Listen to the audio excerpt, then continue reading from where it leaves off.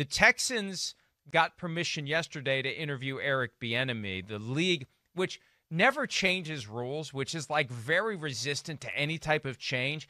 They've been changing rules left and right this year. They changed the rule that said to the Texans, hey, you didn't interview the guy during the bye week. You can't talk to him until after the Chiefs season ends.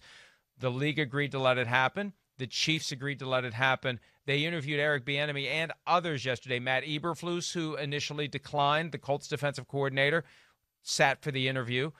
Leslie Frazier, the Bills defensive coordinator as well. So the Texans are commencing a more earnest and thorough search now that they have a GM. I thought it was stupid to interview coaches before you hire your GM. Right. And now you've got your GM, and now they can see what they want to do. If I'm Eric Bieniemy, though, I'm very leery. If I'm any of these guys, I'm leery because I want to know what Deshaun Watson thinks, what he wants, and before I would ever accept that job, I want 2 hours with up to 2 hours with Deshaun Watson. I don't need that. I know that I need 2. Maybe I only need 5 minutes.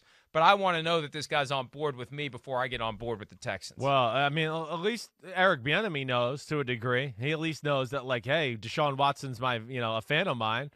But again, this whole situation is so weird.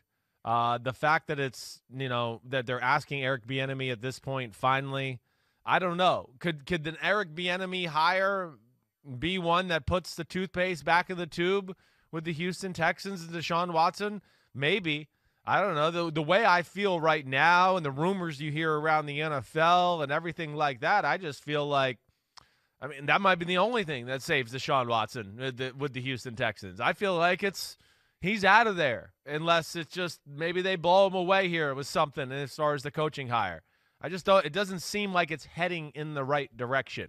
From everything we've heard so far, you and I know people through the back channels, and we've talked about it a little bit. So this is a very weird situation, and I think the whole situation around Eric Bieniemy is weird too. The fact that he's been this good, this successful. Yeah, he's a raw interview because he's a head coach. He's a real football coach, and he's not. What do I want to say? Persuading or use any of these owners to win them over in these interviews. I think that's a curious conversation too. We talked about it last week. Bruce Arians wasn't a good interview. Mike Zimmer wasn't a good interview. Those guys don't. They're too in your face. They're too they tell you the truth, and then some of these owners want their butts kissed. Right. Yeah. I mean, well, I wouldn't say some. I would say most, if not all. And it's not that they want it. That they're used to that. That's the bubble you live in. That's part of the billionaire privilege. You're surrounded by sycophants. That's what makes that scene from when George Costanza gets hired by the Yankees so damn compelling, because he tells off George Steinbrenner. Nobody tells off George Steinbrenner. Nobody tells off Jeffrey Lurie. Seriously. Nobody tells off Cal McNair. They figure out how to properly keep their lips affixed to their rear ends. That's how you remain employed. So when somebody comes in and starts telling you why your team sucks and why you're not doing a good job of running your team, well, you're off the list, buddy, because you're not speaking the language. And the language is, oh, hello, sir. How are you today? Is there anything I can get you today? Boy, your suit looks great today. Oh, wow. Oh, your hair is impeccable. I mean, and it's not quite that fawning, but that's kind of the reality. That's kind of how it goes. That's kind of what's so compelling about the National Football League to me. All these teams owned by essentially monarchies who know nothing at their core, for the most part, about football. Right. And then they have to make football decisions. But as to Bieniemy and the Texans, my hesitation if I'm Bieniemy is I want to know that me taking the job fixes it with Watson. I don't want to find out that Watson's going to look at this and say, nah, they had their chance, and this is just an effort to try to placate me. Nothing has really changed.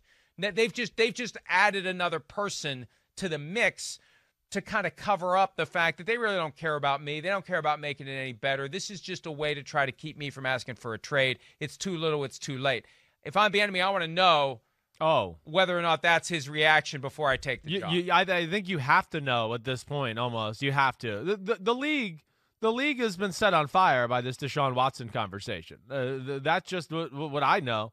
I think there's a lot of teams doing homework right now going, what do we have to trade to get Deshaun Watson? Any team that's got a quarterback question, they're thinking about it right now. There's too many of them out there. I know that. I've heard from other people who know this is a huge story, and everybody's keeping their eye on it right now. This is going to be something to watch. And, yeah, I wonder if Bieniemy can salvage the situation or not, or Deshaun's done with it. But we don't get in this situation too often with a big-time superstar quarterback like this.